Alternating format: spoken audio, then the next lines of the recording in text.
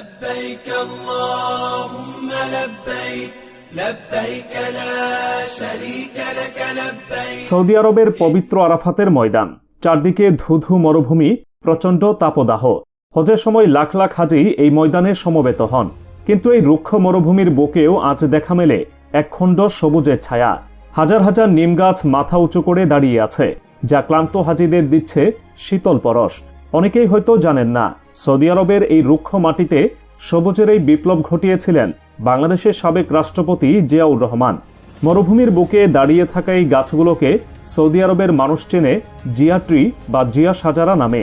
কেবল গাছ লাগানো নয়, মধ্যপ্রাচ্যের সঙ্গে বাংলাদেশের শ্রমবাজারের যে বিশাল দুয়ার আজ উন্মুক্ত, তার নেপথ্যেও রয়েছে 1977 সালের এক ঐতিহাসিক ঘটনা। অন্যদিকে ইরান ইরাক যুদ্ধ বন্ধে মুসলিম বিশ্বের নেতৃত্ব দেওয়া থেকে শুরু করে আধুনিক ফিলিস্তিন সংকট, সবখানেই উঠে আসে জিয়াউর রহমানের নাম। আজ আমরা সেই ইতিহাসের পাতা উল্টে দেখব, কিভাবে একজন রাষ্ট্রনায়ক তার কূটনৈতিক দূরদর্শিতা দিয়ে বিশ্বমঞ্চে বাংলাদেশের অবস্থান বদলে দিয়েছিলেন। ঘটনাটি 1977 সালের। সৌদি আরবের তৎকালীন বাদশাহ ফাহাদের আমন্ত্রণে প্রথমবারের মতো রাষ্ট্রীয় সফরে রিয়াদ যান বাংলাদেশের রাষ্ট্রপতি জিয়াউর রহমান। সাধারণত রাষ্ট্রপ্রধানরা যখন কোনো দেশ সফরে যান, তখন দামি উপহার সামগ্রী বিনিময় হয়, কিন্তু জিয়াউর রহমানের উপহারটি ছিল একেবারেই ব্যতিক্রম। তিনি সাথে করে নিয়ে গিয়েছিলেন প্লেনের কার্গো ভর্তি নিম গাছের চারা। উদ্দেশ্য ছিল আরাফাতের ময়দানে এই গাছগুলো রোপণ করা। বাদশার সঙ্গে কৌশল বিনিময়ের পরপরই জিয়াউর রহমান এমন একটি কথা বলেন, যা সৌদি বাদশাকে মুহূর্তের জন্য অবাক করে দেয়। তিনি বলেন, তোমার দেশে যা নেই আমার দেশে তা আছে, আবার আমার দেশে যা নেই তা তোমার দেশে আছে। বাদশাহ কিছুটা বিস্মিত হলেন। একটি শব্দ স্বাধীন, অর্থনৈতিকভাবে দুর্বল দেশের রাষ্ট্রপ্রধানের মুখে এমন আত্মবিশ্বাসী কথা শুনে তিনি থতমত খেলেন। জিয়াউর রহমান তখন বিষয়টি পরিষ্কার করেন। তিনি বলেন, আমার দেশে অনেক পরিশ্রমী মানুষ আছে, তারা কঠোর পরিশ্রম করতে জানে, আর তোমার দেশে যেমন প্রচুর কাজ আছে, তেমনি কাজের বিনিময়ে দেওয়ার মতো অর্থও আছে। বাদশাহ ফাহাদ তখন বুঝতে পারেন জিয়াউর রহমান আসলে কি বোঝাতে চাইছেন। উপহার হিসেবে নিয়ে যাওয়া নিম গাছের চারাগুলো বাদশার হাতে তুলে দিয়ে জিয়াউর রহমান বলেন, গরিব মানুষের দেশের গরিব রাষ্ট্রপতির পক্ষ থেকে আপনার জন্য এই সামান্য উপহার। বাদশাহ ফাহাদ বিশ্ব নেতাদের কাছ থেকে অনেক দামি উপহার পেয়েছেন, কিন্তু এমন জীবন্ত এবং অর্থবহ উপহার তিনি আগে কখনো পাননি। জিয়াউর রহমানের এই আন্তরিকতা ও দূরদর্শিতা দেখে বাদশাহ তাকে জড়িয়ে ধরেন। তিনি ঘোষণা দেন, আজ থেকে সৌদি আরব ও বাংলাদেশ হবে পরস্পর অকৃত্রিম বন্ধু। বাদশাহ তখন বাংলাদেশের উন্নয়নের জন্য সরাসরি অর্থ সাহায্য দেওয়ার প্রস্তাব দেন, কিন্তু এখানেও জিয়াউর রহমান তার ব্যক্তিত্বের ছাপ রাখেন। তিনি বলেন, আমাদের দেশের মানুষ গরিব হতে পারে, কিন্তু তারা পরিশ্রম করতে জানে। আপনি যদি সত্যি সাহায্য করতে চান, তবে আমার দেশের বেকার মানুষদের আপনার দেশে কাজ দেন। আপনার দেশের উন্নয়নের জন্য হাজার হাজার শ্রমিকের প্রয়োজন। সেই আলোচনার ফলেই উন্মোচিত হয় এক নতুন দিগন্ত। সৌদি বাদশাহ জিয়াউর রহমানের প্রস্তাবে রাজি হন।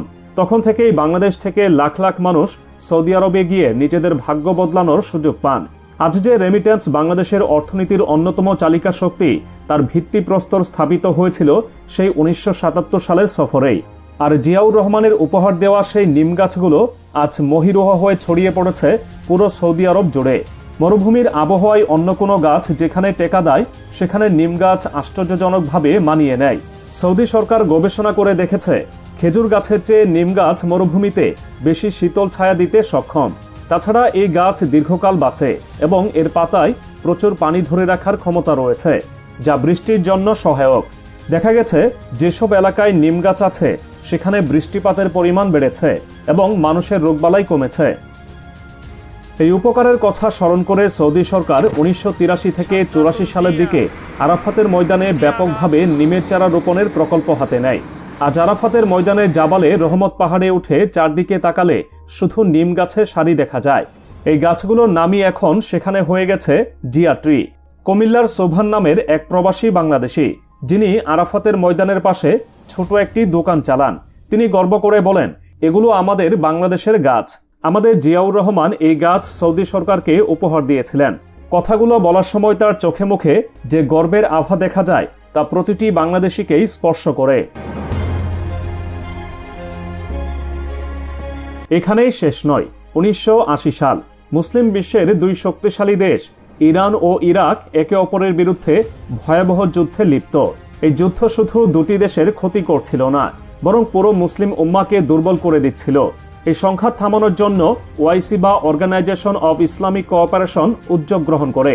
মুসলিম দেশগুলোর পক্ষ থেকে 8 জন রাষ্ট্রনেতাকে নিয়ে একটি বিশেষ কমিটি গঠন করা হয়, যার কাজ ছিল দুই দেশের মধ্যে সমঝোতা করা।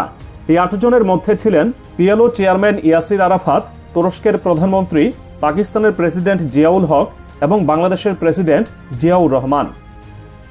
এই শান্তি মিশনের অংশ হিসেবে জিয়াউর রহমান ইরানে যান। সেখানে একটি বিরল দৃশ্য ক্যামেরাবন্দী হয়, যা আজও ইতিহাসের সাক্ষী হয়ে আছে।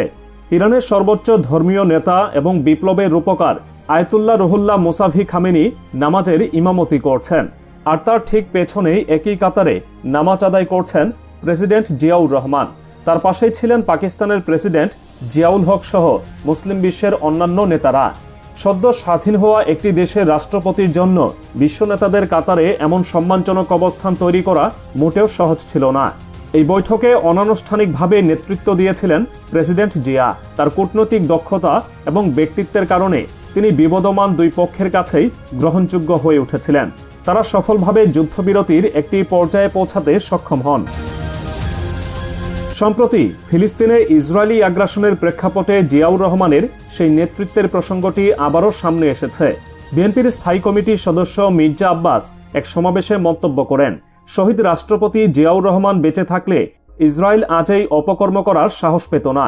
তার এই বক্তব্যের সূত্র ধরেই অনেকে 1980 সালের সেই ইরান ইরাক যুদ্ধ এবং জিয়াউর রহমানের ভূমিকার কথা স্মরণ করছেন।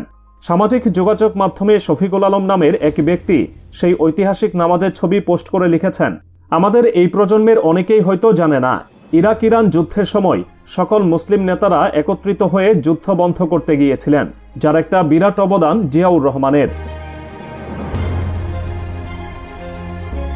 তবে অনেকেই মনে করেন বিশ্বমঞ্চে জিয়াউর রহমানের এই দ্রুত উত্থান এবং মুসলিম বিশ্বের নেতা হয়ে ওঠা তাকে আন্তর্জাতিক ষড়যন্ত্রের লক্ষ্যবস্তুতে পরিণত করেছিল।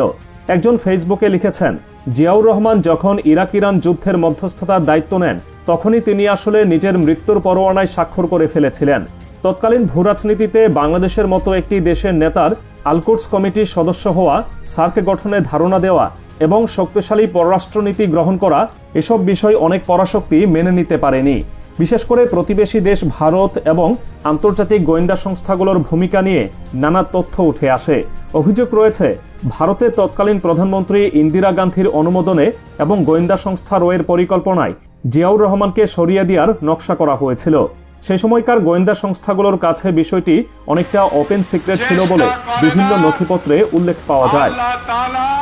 জিয়াউর রহমানের শাসনামলে বিশেষ করে 1976 থেকে 1981 সাল পর্যন্ত বাংলাদেশের পররাষ্ট্রনীতিতে এক আমূল পরিবর্তন এসেছিল। 1971 সালের পর বাংলাদেশ আন্তর্জাতিকভাবে কিছুটা কোণঠাসা এবং নির্দিষ্ট ব্লকের উপর নির্ভরশীল ছিল। কিন্তু জিয়াউর রহমান ক্ষমতা গ্রহণের পর সবার সাথে বন্ধুত্ব, কারো সাথে বৈরিতা নয়, এই নীতির পাশাপাশি নিজস্ব স্বকীয়তা বজায় রাখার উপর জোর দেন। তিনি বাংলাদেশকে আন্তর্জাতিক অঙ্গনে একটি স্বাধীন, সার্বভৌম এবং আত্মমর্যাদাশীল রাষ্ট্র হিসেবে প্রতিষ্ঠা করতে চেয়েছিলেন। তার পররাষ্ট্রনীতি ছিল নিরপেক্ষ। তিনি কোনো পরাশক্তির অন্ধ অনুগত না হয়ে মুসলিম বিশ্ব এবং পশ্চিমা বিশ্বের সাথে ভারসাম্যপূর্ণ সম্পর্ক বজায় রেখেছিলেন। প্রেসিডেন্ট জিয়াউর রহমানের পররাষ্ট্রনীতির মূল ভিত্তি ছিল স্বনির্ভরতা এবং সার্বভৌমত্ব। তিনি বুঝেছিলেন, ভিক্ষার ঝুলি নিয়ে কোনো জাতি বিশ্ব দরবারে মাথা উঁচু করে দাঁড়াতে পারে না। তাই তিনি একদিকে সৌদি আরবের মতো ধনী দেশগুলোর সাথে শ্রমবাজার উন্মুক্ত করেছেন, অন্যদিকে ইরান ইরাকের মতো জটিল আন্তর্জাতিক দ্বন্দ্বে মধ্যস্থতাকারীর ভূমিকা পালন করেছেন। তার এই পদক্ষেপগুলো প্রমাণ করে তিনি কেবল বাংলাদেশের সীমানার মধ্যে আবদ্ধ নেতা ছিলেন না, তার দৃষ্টি ছিল বিশ্বজুড়ে। আজ আরাফাতের ময়দানে জিয়াট্রির শীতল ছায়ায় যখন কোনো হাজি বিশ্রাম নেন, অথবা ইতিহাসের পাতায় যখন খামেনির পেছনে তার নামাজের ছবি ভেসে ওঠে, তখন তা কেবল অতীতের কোনো ঘটনা থাকে না। এগুলো মনে করিয়ে দেয় এমন একজন শাসকের কথা, যিনি তার স্বল্পকালীন শাসনামলে বাংলাদেশকে বিশ্ব মানচিত্রে এক অনন্য উচ্চতায় নিয়ে গিয়েছিলেন। তার মৃত্যুর 4 দশক পরেও সেই গাছগুলো যেমন মরুভূমিতে অক্সিজেন দিচ্ছে, তেমনি তার রেখে যাওয়া কূটনৈতিক ভিত্তি আজও বাংলাদেশের অর্থনীতির অন্যতম স্তম্ভ হয়ে দাঁড়িয়ে আছে।